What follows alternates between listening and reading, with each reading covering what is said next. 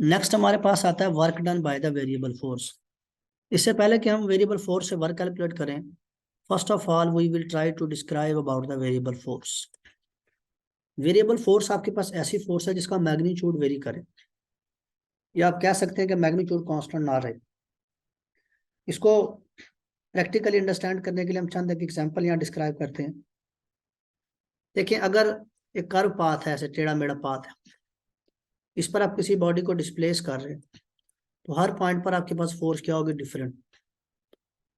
तो इसका मतलब है यहाँ पर जो अगर आप इस पॉइंट से इस पॉइंट तक जाते हैं तो वर्क आपके पास क्या होगा, ड्यू टू वेरिएबल फोर्स। दूसरी एग्जांपल आपके पास आती है work done by the spring force. या स्प्रिंग पर अगर आप फोर्स लगाते हैं लाइक दिस वन, तो जितना आप स्प्रिंग को ज्यादा स्ट्रेच या कंप्रेस करेंगे उतनी ही आपको फोर्स क्या लगानी पड़ेगी, ज्यादा लगानी पड़ेगी। इसका मतलब spring force is a variable force.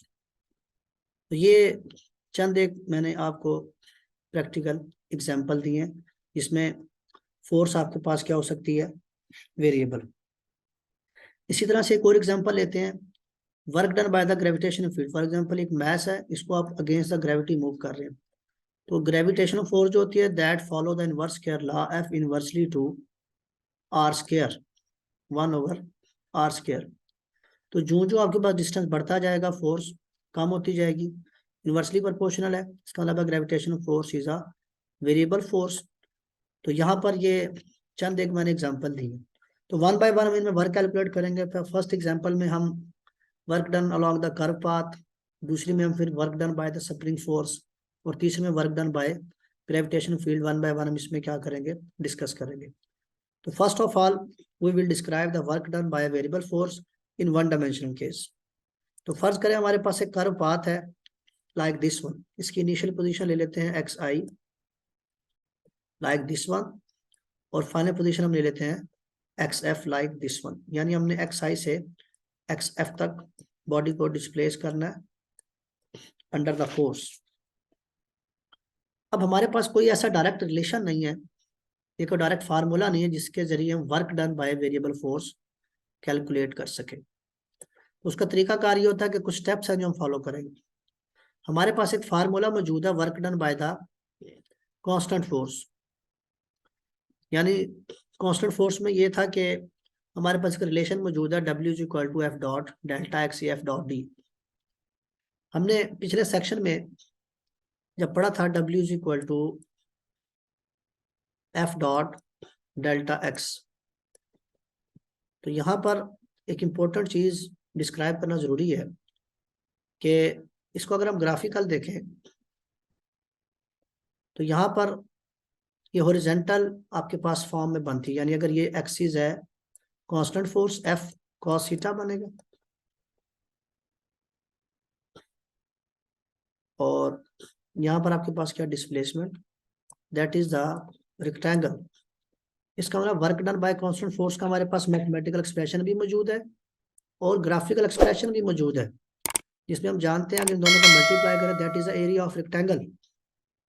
तो यहाँ पर हम क्या करते हैं, फर्स्ट ऑफ ऑल इसके छोटे छोटे पाथ बना लेते हैं डिस्प्लेसमेंट के, और ये कंसीडर करते हैं कि हर एक पाथ में जो फोर्स है दैट रिमेन ऑलमोस्ट कांस्टेंट। इसको अगर ये डेल्टा x1 है तो फोर्स का नाम रख देंगे F1। अगर डिस्प्लेसमेंट x2 है तो फोर्स का नाम रख देंगे F2। इसी तरह से F3 F4 and so on. तो हम सबसे पहले ये इमेजिन कर रहे हैं कि इस डिस्प्लेसमेंट डेल्टा x1 में जो फोर्स लग रही है वो स्मॉल इंटरवल के लिए that is imagine as a constant force. उसका फायदा ये होगा कि आप सबसे पहले इस पोर्शन का वर्क निकालेंगे, ठीक है, लाइक दिस वन। यहाँ पर हम थोड़ी सी इस डायग्राम से अंडरस्टैंड करने के बाद देखते हैं। अगर आप फर्स्ट एलिमेंट का वर्क निकालना चाहते हैं तो delta W, delta mean very very small, ठीक है। तो स्मॉल इसलिए ले रहे हैं कि हमने उसको छोटे छोटे एलिमेंट्स में डिवाइड किए, बन जाएगा F1 डेल्टा x1 या डेल्टा एक्स। इसी तरह से सेकंड रेक्टेंगल के लिए बन जाएगा F2 delta x2, F3 delta x3 and so on F and delta xn। तो जब आप टोटल वर्क निकालते हैं तमाम एलिमेंट के वर्क को ऐड कर देंगे, यानी यहाँ से लेकर यहाँ तक जितने भी आपके पास स्मॉल एलिमेंट थे डेल्टा एक्स के, उन तमाम के वर्क को आप क्या कर देंगे, ऐड कर देंगे। तो जैसे ही आप ऐड करेंगे तो आपके पास ये टोटल वर्क आएगा delta W1 plus delta W2 delta W3 से सो और डेल्टा WN। इन तमाम की वैल्यूज मौजूद है। ये डेल्टा W1 की वैल्यू यहाँ आ जाएगी, डेल्टा W2 की इसमें आ जाएगी और डेल्टा WN की इसमें आ जाएगी। ये तमाम वैल्यूज आप पुट करेंगे, उसके बाद आप ऐड करेंगे delta X1 plus F2 delta X2 F3 delta X3 and FN delta XN। तमाम वैल्यूज को आप इसमें क्या कर देंगे, ऐड कर देंगे। अब इसमें देखें डेल्टा एक्स कॉमन है क्योंकि हमने डिस्प्लेसमेंट ऑलमोस्ट इक्वल लिया। तो यहाँ पर आप देख सकते हैं ये F1 plus F2 plus F3 FN delta x हमने कॉमन ले लिया। अब ये आपके पास एक सीरीज बन गई सब की। तो this is equal to summation, this is the initial value 1, I is equal to 1 and final value is n। और ये क्या बन जाएगा, FN इंटू डेल्टा एक्स। तो यहाँ पर इसको अगर हम रेक्टेंगल से देखें या एरिया ऑफ रेक्टेंगल से देखें तो ये आपके पास वो कर्व पाथ था जो आपने लिया। इसमें आप देखें सबसे पहले ये डेल्टा X1 या डेल्टा XI और ये डेल्टा XF। तो ये आपके पास एरिया, ये तमाम रेक्टेंगल बन रही है बेसिकली, वो जो डेल्टा X1 आप ले रहे थे। लेकिन यहाँ पर प्रॉब्लम ये है कि ये 100% रेक्टेंगल नहीं बन रही, दिस वन। तो दिस इज द एरर। ये जो मैं आपको शेड करके दिखा रहा हूँ, ये this one is error and this one is the error. इसके 100% रेक्टेंगल होने के लिए यहाँ पर किसी हद तक 100% रेक्टेंगल बन जाएगी सेंटर में, लेकिन यहाँ पर जाकर फिर थोड़ा सा एरर आएगा।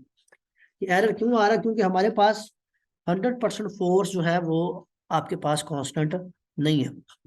तो ये फोर्स तब कांस्टेंट होती है अगर ये रेक्टेंगल आपके पास सारी 100% इक्वल बनती। तो उसका तरीकाकार ये है कि हम इस पाथ को फर्दर छोटे छोटे पाथ में डिवाइड कर लेते हैं। इतने छोटे छोटे पाथ में डिवाइड कर लेते हैं कि हम क्या देते हैं कि n अप्रोच टू इन्फिनिटी, यानी इन्फिनिट पाथ में कर लेते हैं। जब इन्फिनिट पाथ में आप करेंगे इसका मतलब है delta X is very very small such that delta X approach to 0। तो यहाँ पर ये जो ऊपर वाली इक्वेशन थी इसमें हम क्या लगा देंगे, limit n approach to 0, initial value 1 n की और final value n, f n delta X n। तो अब आप ये देखें जब भी लिमिट और समेशन इकट्ठा आ जाए that is equal to the integral, तो f इंटू डेल्टा एक्स या F X into D X. तो ये आपके पास आ जाएगा work done by the variable force, जिसमें इनिशियल वैल्यू XI या फाइनल वैल्यू क्या है XF।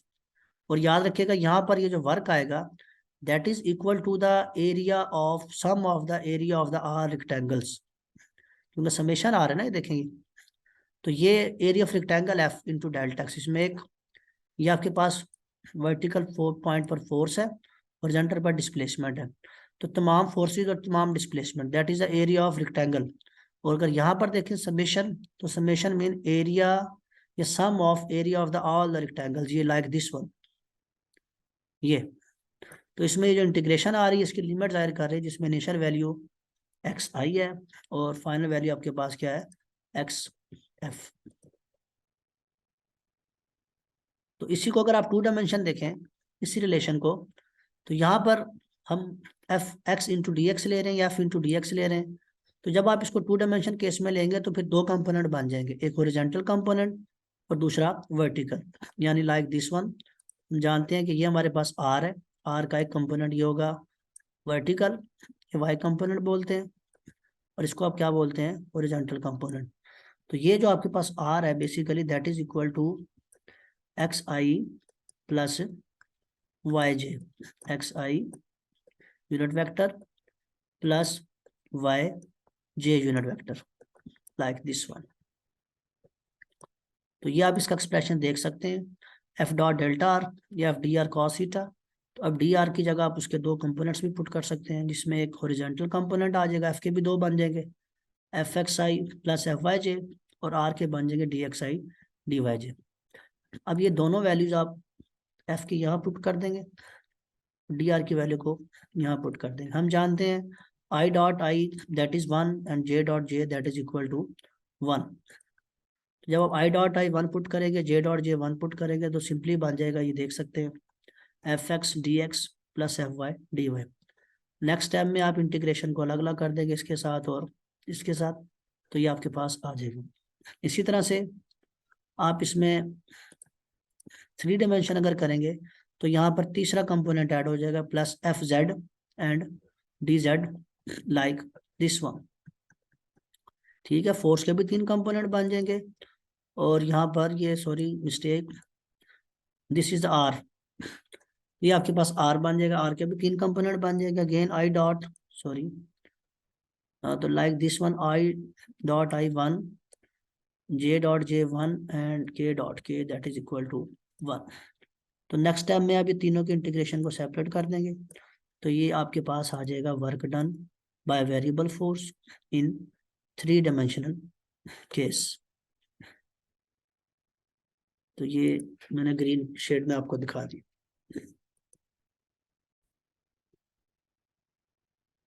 नेक्स्ट हमारे पास वेरिएबल फोर्स की एग्जांपल थी स्प्रिंग फोर्स। तो अब हम देखेंगे कि work done bye spring force आप कैसे कैलकुलेट कर सकते हैं। तो याद रखिएगा, जब भी हम स्प्रिंग फोर्स की बात करते हैं तो spring force continuously obey the Hooke's law. Hooke's law हमारे पास सिंपली होता है कि एफ प्रोपोर्शनल टू एक्स।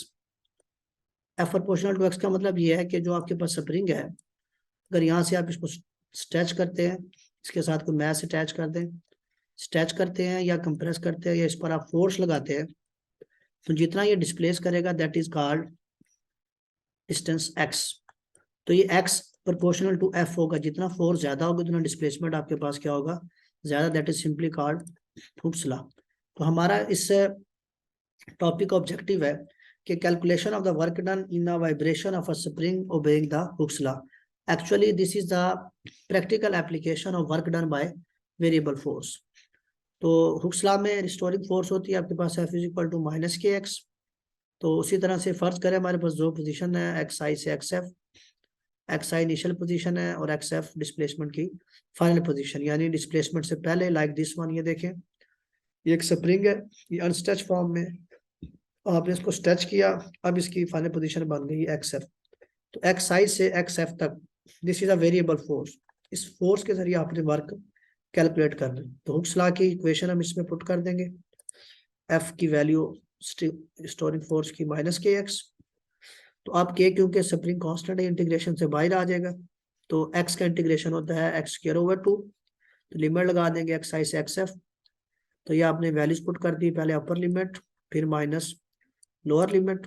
तो ये बन जाएगा X F square minus X I square. अब ये हाफ और के इसमें आप अंदर मल्टीप्लाई कर देंगे, तो ये आपके पास आ जाएगा बाहर, क्योंकि माइनस का साइन है, ये माइनस इस माइनस के साथ मिलकर क्या हो जाएगा, प्लस।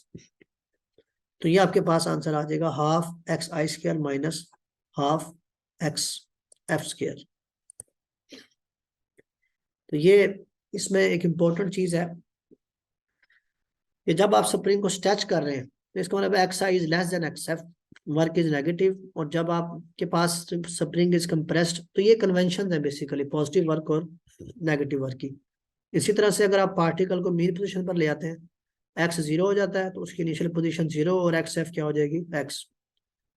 तो इससे हम क्या सकते हैं, work done by the spring of the body will be written as half K X zero हो गया इनिशियल, और फाइनल एक्स आ जाएगा, तो ये बचेगा माइनस हाफ के एक्स। याद रखिएगा ये नेगेटिव वर्क जस्ट एक फिजिकल टर्म है, प्रैक्टिकली वर्क नेगेटिव नहीं होता। इस नेगेटिव का मतलब है ये this is the work due to the restoring force. इसी तरह से अगर आप कहते हैं work done by the external force on a particle from X is equal to zero, zero से डिस्प्लेसमेंट एक्स तक जाते हैं, तो लिमिट जीरो से एक्स आ जाएगी। एफ की जगह आप के एक्स पुट करेंगे, अगेन इसको आप सॉल्व करेंगे, फिर अपर लिमिट पुट कर देंगे माइनस लोअर लिमिट। तो ये आपके पास work done by the external force आ जाएगी।